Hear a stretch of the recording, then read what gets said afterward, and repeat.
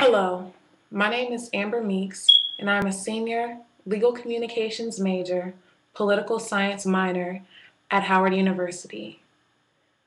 I hope everyone under the sound of my voice right now is alive. However, unfortunately, I doubt that that's the case, at least according to Martin Luther King Jr.'s stipulations for living in his quote, "An individual has not started living until he can rise above the narrow confines of his individualistic concerns to the broad concerns of all humanity." Today, we live in an individualistic society. And the nature of our society makes it so easy to sequester ourselves. It's so easy to isolate ourselves in a bubble of our own concerns and our own motives. However, it's that self-absorption that is so detrimental to our communities. It's that type of mentality that creates a selfish population. And out of that population, inevitably, leaders emerge. Leaders that we expect to hold others in a higher regard. Leaders like elected officials, coaches, teachers, pastors, these are people that we depend on every day to have a vested interest in the welfare of others over themselves. But when a society fosters an overwhelming emphasis on the individual and people lead self-serving lives, those respected positions of power lose their integrity because the people we've entrusted with them have lost their sense of obligation to their communities. If we want our communities to thrive, we must heed Martin Luther King Jr.'s advice and actually start living by concerning ourselves with the welfare of our fellow man and woman.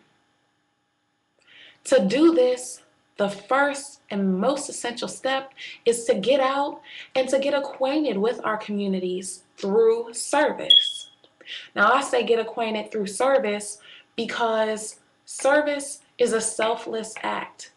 We have to learn to serve one another and to serve together to combat the selfishness that's running rampant in our communities. So, mentor a young child. Take time to volunteer at a local soup kitchen. Tutor at a local after-school program. Whatever your gift is, wherever your passion lies, use that to invest in the community that helped to make you who you are. It's so easy to disregard people when you feel you have no relation to them, you're not connected to them in any way. When you feel disconnected, it's easy to ignore someone.